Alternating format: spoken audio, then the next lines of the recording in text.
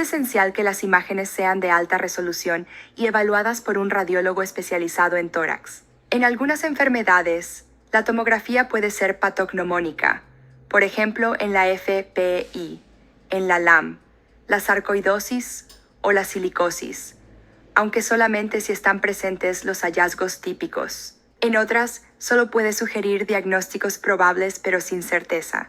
La TAC es el elemento más importante, junto con la historia clínica y los anticuerpos, para llegar a un diagnóstico. Lo que el imagenólogo siempre debe precisar es si se trata de una enfermedad predominantemente inflamatoria o fibrótica y la extensión de la enfermedad. La tomografía definirá el patrón histopatológico, pero no necesariamente la enfermedad. Distintas enfermedades pueden compartir la misma anatomía patológica. Por ejemplo, una neumonía intersticial usual puede ser una FPI, pero también puede ser una artritis reumatoidea o una toxicidad por drogas. Bueno, esto nos lleva a, antes de analizar las razones por las cuales uno puede tener que hacer una biopsia o no, a recordar, y lo cito porque Nicholson fue todavía quizás el patólogo más importante en la enfermedad intersticial en el mundo. Se jubiló hace un par de años, estaba en el Brompton Hospital en Londres, que es el centro de referencia más prestigioso de todo el mundo en enfermedades intersticiales, y él publicó hace muchos años ya en una revista de histopatología: la biopsia no es más el gold standard del diagnóstico. O sea que no es como en el cáncer, que uno tiene la biopsia y dice, bueno, esto es cáncer. La tuberculosis, ustedes tienen la biopsia y dicen, esto es una tuberculosis. El diagnóstico de las enfermedades intersticiales se construye con las imágenes, con la historia, con los anticuerpos, con los datos clínicos y eventualmente con la anatomía patológica, pero no alcanza solamente con la anatomía patológica. Cuando no biopsiamos, es más fácil empezar por ahí. Bueno, primero, si la TAC es inequívoca, si el radiólogo me dice, esto es una UIP, él no me va a poder decir si es una FPI, eso lo voy a tener que descubrir yo con un interrogatorio meticuloso y con un examen físico adecuado. Pero lo que me va a decir esto es una UIP es lo más que me va a decir la biopsia. La biopsia tampoco me va a decir cuál es la enfermedad, me va a decir cuál es el patrón anatomopatológico subyacente. Si el radiólogo ya lo sabe, porque o yo como especialista en estas enfermedades ya me doy cuenta que es una tomografía computada patognomónica, no necesito la biopsia. Si hay una enfermedad inmunológica como parte de la rutina de estudio, se piden por lo menos el set básico de anticuerpos y en algunos casos inclusive otros anticuerpos menos comunes, porque si hay una enfermedad inmunológica, y la verdad que no me interesa mucho cuál es el patrón histopatológico, porque yo la voy a tratar con inmunosupresores. Quizás tenga que hacer el esfuerzo de saber qué tipo de enfermedad inmunológica es, pero eso no me lo va a decir la biopsia, raramente lo va a decir la biopsia. Y después, por supuesto, si la función pulmonar no lo permite. Cada vez nos pasa menos, pero todavía pasa mucho, que los pacientes acuden a la consulta justamente por la falta de especificidad, porque son catalogados como otras enfermedades durante mucho tiempo, tardíamente, y por lo tanto tienen una mala función pulmonar. Bueno, esos pacientes muchas veces no pueden someterse a biopsia y entonces no son candidatos para biopsiar. Si yo tengo esta tomografía, ustedes ya lo aprendieron, esto es así, con un corte, que es algo que uno nunca hace, uno tiene que mirar toda la tomografía completa, pero yo estoy viendo panalización supleural, acá estamos ya a mitad para abajo del pulmón, o sea, bien basal, bien periférica, heterogénea. Hay áreas que están más comprometidas, áreas que están menos comprometidas. Eso es una UIP. Ningún patólogo me hace falta para decir que eso es una UIP.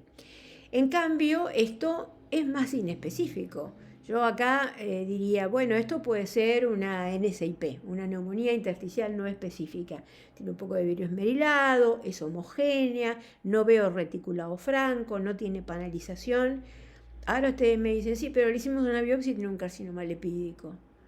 Bueno, va a depender, porque si esto está solo, todo lo que tengo es el hallazgo radiológico, quizás voy a necesitar una biopsia.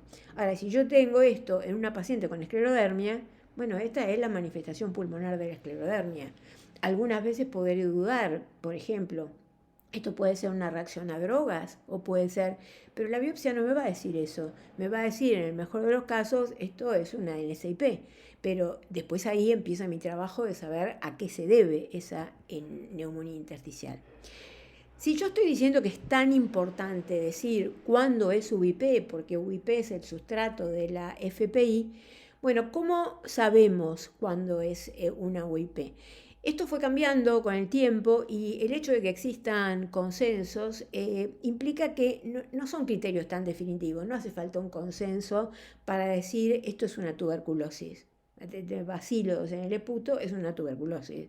No hace falta que se reúnan 20 expertos para discutir eso. Cuando se hacen consensos es porque uno tiene que llamar a las cosas de la misma manera, porque si no, no se pueden estudiar y no se pueden estandarizar. Y esos consensos, esto se modificó estos últimos que les mostré, los dos son muy parecidos, por eso muestro solamente el de la American Thoracic Society y la European Respiratory Society, que son del 2018, en donde la falta de especificidad es tal que los infiltrados tipo UIP, o si quieren, los infiltrados fibrosantes, se califican como UIP definitiva, como probable UIP, como indeterminada para UIP y como un diagnóstico alternativo. O sea, acá en diagnóstico alternativo, cuando tiene cualquiera de estas cosas, el radiólogo dice, esto no es una fibrosis pulmonar, esto no es una UIP. Puede ser una neumonitis por hipersensibilidad, puede ser una sarcoidosis, puede ser tal cosa, pero no es una UIP. Cuando es una UIP definitiva, básicamente lo que más la define es la panalización y las bronquiolectasias de tracción. Una probable es igual que una UIP definitiva, pero sin la panalización. Tiene todos los mismos elementos, tiene retículo y tiene la misma distribución y tiene bronquiolectasia de tracción, pero no tiene panalización. Y una indeterminada es cuando no tiene hallazgos específicos de nada. Es esa situación en la que yo les decía, el radiólogo dice, no tengo para afirmar un diagnóstico alternativo, no tengo bronquiolectasias, no tengo reticulado típico, y entonces, bueno, tengo que decir que es indeterminada. Estas van a ser, básicamente, vamos a ver a continuación, las que tengo que biopsiar, porque las imágenes, si la clínica no me da un diagnóstico, las imágenes no me dicen qué es. Por eso es que hay que conversar amigablemente con el radiólogo, porque a veces es muy común que los radiólogos que no son expertos en estos temas escriben largos informes describiendo cosas y terminan diciéndolo así como enfermedad fibrosante pulmonar sugestiva, enfermedad intersticial. Y uno dice, yo ya lo sabía eso, para eso lo mandé a hacer la tomografía. Lo que necesito es que me digas eso anterior. Entonces hay que dejarlo que hable todo lo que quiera, como a los pacientes, que se descargue y haga la catarsis, y después decirle, fantástico, UIP definitiva, probable, indeterminada o alternativo. Y el radiólogo tiene que saber decir eso. Y si no puede decirlo, porque no es su expertise, bueno, hay que buscar otro radiólogo. Eso no es siempre tan difícil. Perdón, no es siempre tan fácil. Y aún los expertos, trabajos que se han hecho entre grupos de expertos a nivel internacional, bueno, muestran que hay un nivel de desacuerdo, que no es que 100% dicen esto es tal cosa. Lo que más tiene concordancia es el diagnóstico de UIP, porque tiene esa cosa muy grosera que ustedes son capaces de diagnosticar una UIP, pero las opiniones son disímiles. Entonces, si la TAC me dice todo, no necesito nada más, ¿no? Porque esto es una UIP, no necesito nada más. Si esta también es lo que llamamos panalización exuberante, porque tiene los quistes más grandes. ¿Sí? Si la clínica me dice por qué tiene síndrome de Raynaud, dilatación esofágica, tiene una artritis reumatoidea con las manos, como ustedes saben que tienen las AR, o tiene una hepatitis autoinmune, bueno, ahí tampoco necesito una biopsia, porque sé que estoy enfrente de una enfermedad inmunomediada. Entonces, si el paciente tiene contacto con antígenos orgánicos, si toma determinadas drogas, o el consumo de vaselina lo pongo porque la que se parece mucho a veces a una enfermedad intersticial es la neumonitis lipoidea, que es por aspiración de lípidos y es muy común en las personas, sobre todo las personas mayores, que o como laxante o como lubricante nasal usen vaselina, parte de eso se aspira, sobre todo en los ancianos que el mecanismo de la devolución es una cosa muy sofisticada y muy precisa, y así como todo el resto de los músculos se deteriora con la edad, también esos músculos de la vía aérea alta se aspiran, y eso la verdad que otra vez uno lo confirma cuando el paciente dice que tiene consumo de vaselina, pero ya hay cosas en la tomografía que son subjetivas, básicamente que como eso es grasa, tiene baja densidad. Pero el radiólogo tiene que estar avisado, tiene que ser un tipo que le interesa, porque si no va a decir que no es cáncer y con eso se la va a sacar de encima. Y los anticuerpos, si sé que es inmunológica, no necesito nada más. Voy a querer saberlo, voy a querer saber si es una miopatía inflamatoria, si es una artritis reumatoidea, si es un esclero, porque se tratan distintas, pero ya sé que no es una FPI. Y eso es el paso más importante. Ahora, si yo no tengo nada de todo eso y no puedo saber qué es, y no sé, generalmente esos son los pacientes que nos mandan a nosotros. La biopsia es un último recurso, tiene riesgos y genera molestias. Afortunadamente, con una evaluación exhaustiva por un grupo de expertos, muy pocos pacientes necesitan hoy en día llegar a un procedimiento invasivo. Siempre es esencial evaluar riesgos contra beneficios. Esto es un consejo muy importante, porque uno tiene que pensar que, bueno, ¿qué voy a hacer con el resultado de la biopsia? ¿Qué me va a cambiar? Como en cualquier procedimiento invasivo, ¿no? O mini invasivo. Entonces, la gran diferencia, y eso está medido, es cuando le evalúa un grupo experto, radiólogo experto, reumatólogos, neumonólogos que se dedican a esto, lo que llama un comité multidisciplinario, la tasa de requerimiento de biopsia es mucho más baja, porque uno tiene más seguridad. Nada más que porque hace eso. De la misma manera en que si ustedes tienen que reparar el aire acondicionado, no van a llamar a un plomero. Es exactamente lo mismo. Ahora, si no, yo tengo que elegir entre, es una película de Tarantino, malos contra malos, entre la biopsia y la incertidumbre. Porque si no tengo una orientación después de todo ese análisis meticuloso, probablemente tenga que tomar esa decisión. Cuando no se puede, aunque uno realmente a veces la necesitaría.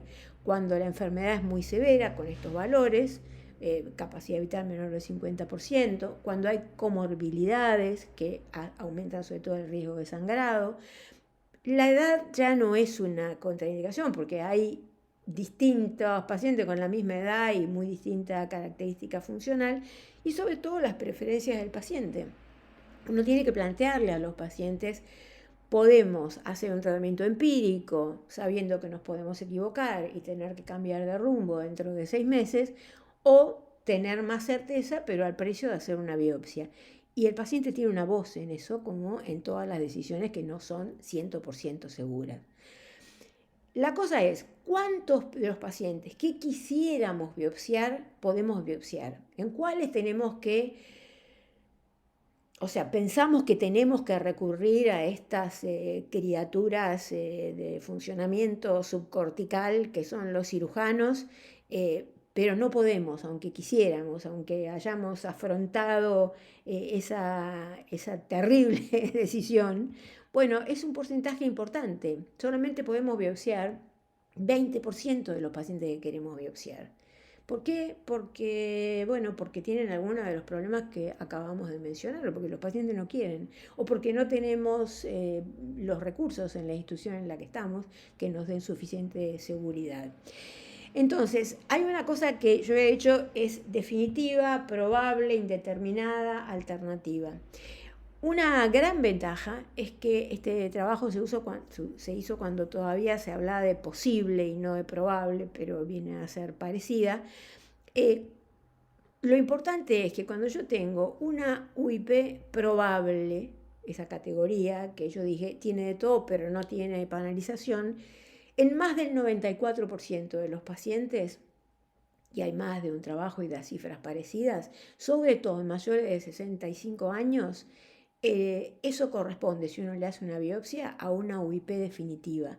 Quiere decir que un paciente que tiene una UIP probable, ahora ya hay más sutilezas y cuantos más signos determinados tenga, más probable que eso sea así, yo puedo asumir que eso es una UIP y no necesito biopsiarlo. Sobre todo, como decíamos, en pacientes de más de 65 años.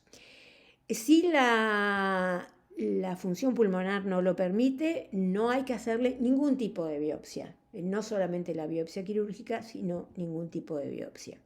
Y ahí viene ese punto. ¿Qué biopsia?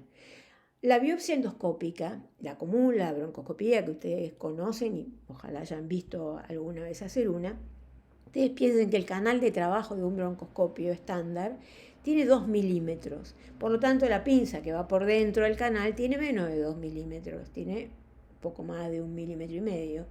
Y el forceps, la biopsia se toma, se abre un forceps, se tira un tarascón, bien así a lo bruto, quirúrgico, y entonces esa muestra tiene 1,5 milímetros. Al patólogo le puede alcanzar para decir esto es cáncer, pero no le va a alcanzar para definir la estructura que permite decir esto es una UIP, esto es una neumonía intersticial específica. Entonces antes la única alternativa que teníamos si queríamos biopsiar a un paciente era la biopsia quirúrgica.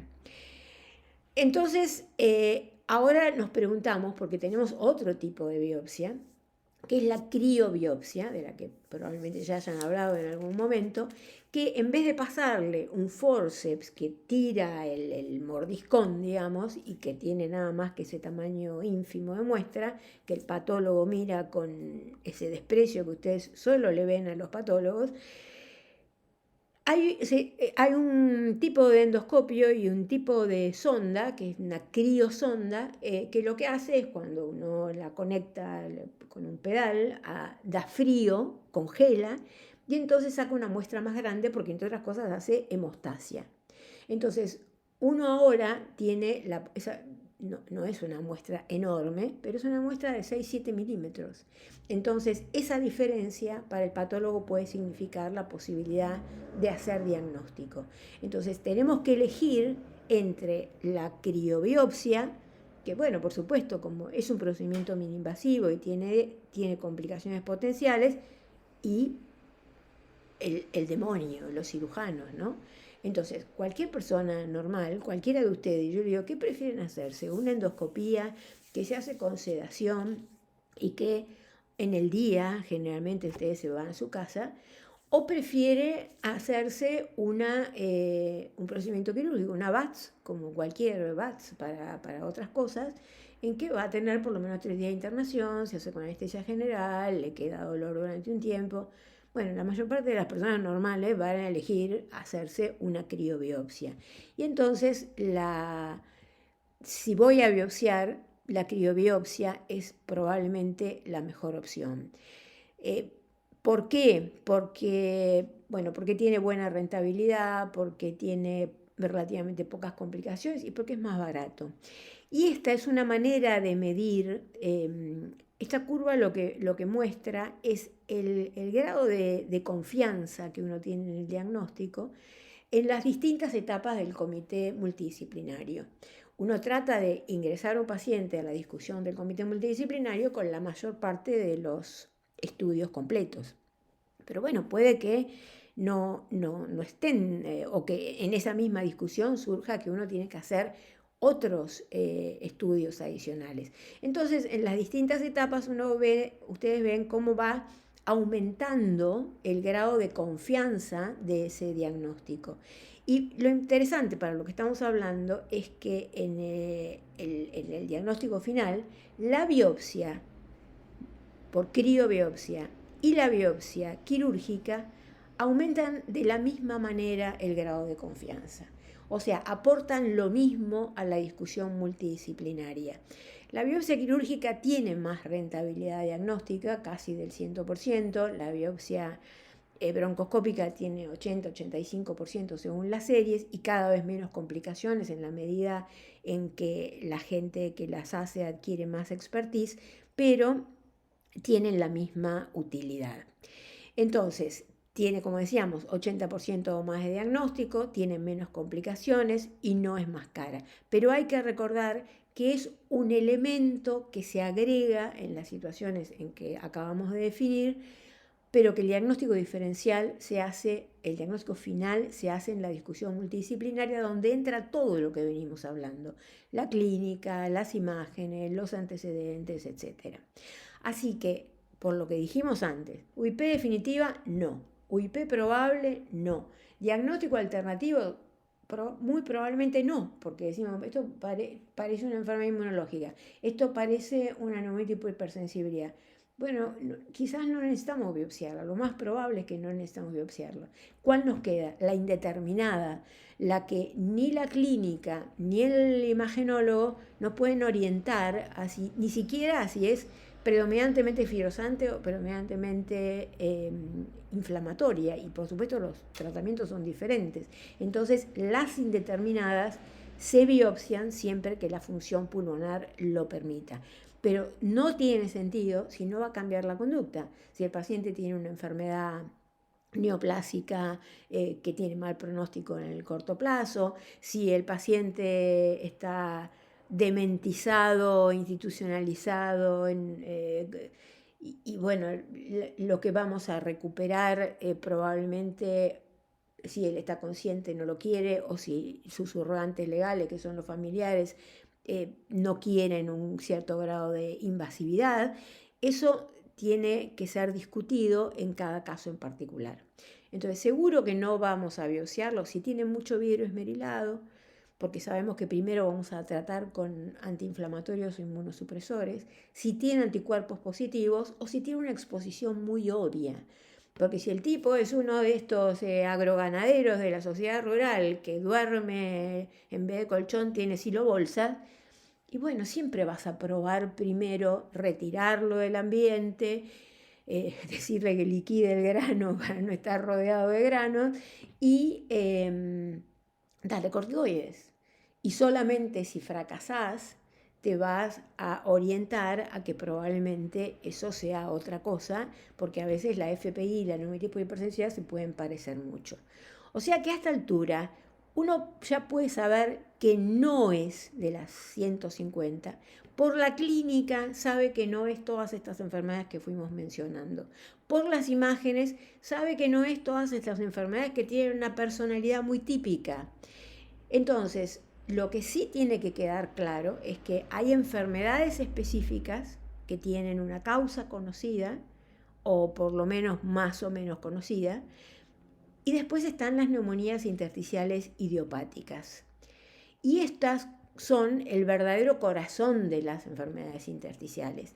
Esta es la clasificación del 2002, cuando se empezó un poquito a configurar el diagnóstico de estas enfermedades, en que tenemos varias enfermedades y las idiopáticas en las que claramente se define FPI y las otras, porque la FPI tiene una carga pronóstica tan distinta que se la considera siempre aparte. Y de esas enfermedades idiopáticas tenemos que las neumonías intersticiales idiopáticas no FPI son toda esa sopa de letras que está ahí, que fuimos mencionando a lo largo de estos episodios, y que, bueno, a veces uno las puede reconocer con certeza y otras no. Ahora, todo esto que estamos viendo son patrones histopatológicos. Las neumonías intersticiales idiopáticas, que son estas, así es como fue evolucionando la clasificación a lo largo de los años, Pero lo que importa es el patrón histológico, no es la enfermedad.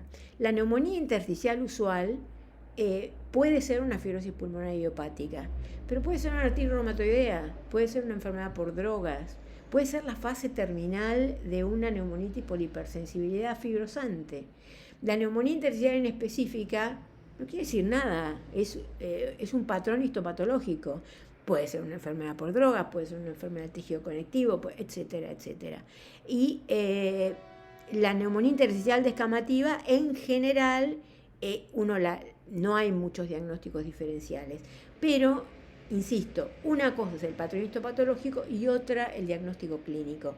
Pero la mayor parte de las veces, con el patrón histopatológico, nos vamos a poder guiar hacia eso que decíamos antes, es una enfermedad que va a hacer daño por actividad inflamatoria o es una enfermedad que va a hacer daño porque va a evolucionar a la fibrosis. Entonces, una cosa es una cosa y otra cosa es otra cosa, como decía un viejo capo cómico de la televisión, no sé, de los años 70 o 80. Pero igual ahora, justamente por esa dificultad, probablemente ya no importe tanto cuál es la categoría de esa enfermedad. Lo que me importa es cómo se comporta. Es como con la gente, no me importa cómo se llama, no me importa de qué trabaja, no me importa qué cargo tiene, me importa cómo se comporta. Entonces, tenemos en un extremo la enfermedad completamente reversible y en el otro la enfermedad totalmente irreversible. Y ahí ustedes tienen las tomografías que vimos. Ustedes ven esto y yo digo, no sé lo que es. ¿Puede ser una esclerodermia? Sí. ¿Puede ser una SIP idiopática? Sí. ¿Puede ser una enfermedad por drogas? Sí. Pero esto tiene posibilidad de revertir. Mi objetivo va a ser revertir la enfermedad. ¿Por qué? Porque si ustedes ven la estructura del parénquima está conservada. Yo veo como si hubieran puesto un papel de calcar encima del pulmón, pero la estructura subyacente, los vasos están donde tienen que estar, no veo distorsión de la arquitectura, no veo nada roto. Esto no se arregla más. Esto no se arregla más. Eso es como esas parejas que uno las ve y cada vez que va lo ve discutir y dice, esto no tiene arreglo, ¿no? Pueden ir a 20 consejeros matrimoniales o 20 curas y esto no tiene arreglo, porque hay cosas que no tienen arreglo. Espero que la Argentina no esté en esa lista. Pero entonces eso es lo más importante que yo tengo que saber. O sea, que Travis es otro de los grandes patólogos de la enfermedad intersticial, de tórax en general, en que mis objetivos van a ser distintos y por eso la importancia. La enfermedad reversible y autolimitada, le tengo que remover la causa posible. Si yo tengo una neumonitis por hipersensibilidad, como esa que mostré que parecía movida, bueno, hay que sacarlo del ambiente. Ese es el mejor tratamiento. Si yo tengo una enfermedad que está estable con enfermedad residual, lo que yo pretendo es que se mantenga igual. Y si yo tengo una enfermedad que es progresiva y que impresiona, como esto que vimos recién, ser irreversible, todo lo que puedo intentar es enlentecer la progresión. Por eso esa diferenciación que se hace fundamentalmente con la radiología, pero también con la clínica, es absolutamente importante porque me va a guiar en el tratamiento y porque va a definir el pronóstico. La enfermedad reversible a los 3 años está vivita y coleando. La enfermedad estable tiene una caída, pero después no le pasa nada. La enfermedad irreversible, de la cual el patrón oro es la fibrosis pulmonar idiopática, va cayendo, cayendo, cayendo y a los 4 años la mayor parte están muertos, a pesar a veces del tratamiento. Entonces, ¿cuándo llamamos a una enfermedad inclasificable? Cuando no se puede biopsiar o la biopsia no es contributoria, porque puede pasar eso, pues, aún los patólogos, que también para los patólogos corre lo mismo que para los radiólogos, hay patólogos expertos en pulmón, hay muy pocos, hay 2 o 3 patólogas, las 3 son patólogas, que son expertas en enfermedad intersticial. Y aún esa tipa puede decir, no tengo hallazgo suficiente para ponerle nombre a esta biopsia. Y eso realmente es muy frustrante porque el paciente uno lo hizo pasar por un procedimiento y no puede darle una respuesta y tendrá que hacer lo que hace cuando tiene mala función pulmonar y no lo puedes biopsiar, en que tenés que probar, controlarlo, ver la respuesta y tomar una decisión. Entonces, lo más importante acá es la discusión multidisciplinaria. El comité multidisciplinario está formado por al menos 2 o 3 neumonólogos que sean expertos en enfermedad intersticial, que tengan, que incluya un reumatólogo, que incluya un radiólogo especializado y que cuando, dependiendo de los casos, esté el endoscopista intervencionista, eventualmente esté el cirujano, eventualmente esté el anatomopatólogo si es que hay material para revisar, y en una institución que tenga, cualquiera sean sus características, pero que tenga un número de pacientes suficientes. En general se clasifica a un centro como un centro de referencia cuando ve por lo menos 150 pacientes por año de enfermedad intersticial, porque es como cualquier cosa, uno aprende viendo enfermos, es la única manera de aprender la medicina. Entonces, esa discusión multidisciplinaria no siempre va a decir, listo, tenemos la posta de lo que es. No, va a establecer lo que se llama un working diagnosis, un diagnóstico operacional, porque yo algo tengo que hacer. Entonces, el diagnóstico puede ser establecido o de certeza, cuando más del 90% del consenso, cada especialista dice que con alta fuerza, de más del 90% cree que es tal cosa, provisional, de alta confianza o de baja confianza, o cuando no se ponen de acuerdo, y no se ponen de acuerdo no porque no saben, no se ponen de acuerdo porque los elementos son disímiles, y entonces es una enfermedad inclasificable. Y entonces recordemos que el tratamiento no recupera la función perdida la mayor parte de las veces, y que por eso el desafío es el diagnóstico temprano.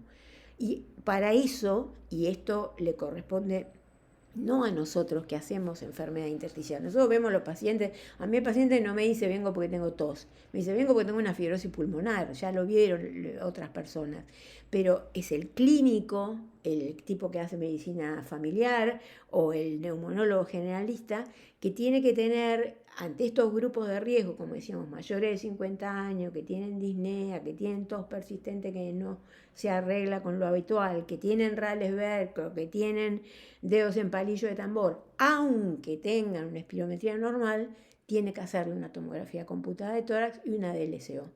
Y bueno, si tiene algo y a él no le interesa hacer eso o no se siente en condiciones, se lo mandará a un tipo que se dedica a eso. Y si no tiene nada, quizás ahí se termine la búsqueda. Pero el estudio de mayor sensibilidad es la tomografía computada. Muchas veces pasa que los médicos, como sobre todo el tratamiento de estas enfermedades involucra drogas de alto costo o drogas inmunosupresores, que son drogas, digamos, munición gruesa, la conducta de quienes no tienen mucha experiencia es, bueno, vamos a esperar a ver cómo evoluciona. Te lo puedo decir yo cómo va a evolucionar mal, ¿no? Es como ciertos planes económicos, va a andar mal. No hay una opción. Entonces, no hacer nada nunca es una buena opción. Entonces, uno puede hacer algo aún no sabiendo qué es lo correcto, no estando seguro, pero tiene que tomar una conducta y después, en base a cómo le fue, hacer una corrección del tratamiento. Entonces, hay muchas guías, como en todas las enfermedades, para el diagnóstico y el tratamiento de estas enfermedades. Pero ojo con las guías. Las guías sirven para enfermedades de alta prevalencia. Pueden servir para la neumonía, sirven mucho para la enfermedad coronaria, sirven quizás para el asma y el EPOC, pero que igual van a ver que hay diferencias. Pero para enfermedades de baja prevalencia no sirven las guías, sirven para eso, para una guía. Es como cuando digamos, el resumen que te da la inteligencia artificial y que vos le preguntás, bueno, ¿qué es la enfermedad, la fibrosis pulmonar idiopática? Y más o menos te dice algo, ¿no? Pero no es que con eso vas a poder tratar a un paciente. Entonces, con esto lo que sirve es este proceso que acabamos de describir. Y tanto es así que, por ejemplo, miren en este estudio, que se estudiaron 938 pacientes, el médico derivador lo mandaba con diagnóstico o sin diagnóstico. En los pacientes en que había hecho un diagnóstico, él tenía su diagnóstico, pero como no estaba seguro, lo mandaba a un comité multidisciplinario. En más del 40% cambiaba ese diagnóstico y cambiaba el manejo. Entonces, lo más importante en cualquier especialidad de la medicina es conocer sus propias limitaciones. Un paciente, sobre todo un paciente con una enfermedad potencialmente seria, literalmente pone su vida en nuestras manos. Entonces nosotros tenemos la responsabilidad no de hacer lo que tenemos tiempo, lo que nos gusta, lo que yo me animo, como dicen los cirujanos, yo me animo. No, sí, vos te animás porque a vos no te pasa nada. Entonces, hay cosas que uno sabe y cosas que uno no sabe. A mí me mandan un estudio de sueño y no sé cuándo está del derecho y cuándo está del revés. Todo lo que puedo hacer es buscar a alguien que sepa más que yo. Entonces, el gran esfuerzo es la detección temprana, esa es la parte que le toca a cualquier médico son las cosas que nombramos antes que tienen que coronarse en una tomografía computada. En enfermedades de alto riesgo hay que hacer la búsqueda activa y si les puedo dar un buen consejo y que eso no es... digamos, no disminuye el valor de lo que ustedes saben. Lo importante no es saber, esto lo decía Lelutier, lo importante no es saber, sino tener el teléfono del que sabe. Como yo le decía, a mí me mandan, yo tengo un montón de años y soy jefa en todos los lugares en que trabajo, pero a mí me manda el pobre paciente que me viene a ver a mí por una enfermedad intersticial, tiene asma, que no se arregla con los 2 primeros aerosoles, y yo lo que hago es mandárselo a Sobrino, o mandárselo a Hernández, o mandárselo a uno de los chicos que trabaja conmigo y que hace eso. O si me mandan un estudio de sueño, le doy el teléfono de Montiel. Pero yo no sé nada de todo eso. Sí, sé algo, por ahí sé un poquito más que ustedes, pero no sé lo suficiente como para brindarle lo que uno le tiene que brindar a todos los pacientes, que es el mejor cuidado disponible. Yo suelo decirle a los residentes, todos los pacientes son tu mamá, porque son la mamá de alguien, la hermana de alguien, la esposa de alguien, el hijo de alguien. Entonces, hacé por los pacientes lo que vos querés que hagan por una persona muy querida. Y bueno, a veces si es una persona muy querida, vos vas a decir, no, mira, yo no sé de lupus lo mismo que sabe Graciela Gómez. Entonces, mejor que lo vea ella, ¿no? Bueno, con todos los pacientes hay que hacer lo mismo. Así que bueno, ahora sí, terminados los 4 episodios de esta miniserie, vamos a tratar de trabajar todo esto con casos de la vida real y poder por lo menos tener una idea de cómo se tiene que parar uno frente a un paciente que tiene sospecha de enfermedad intersticial.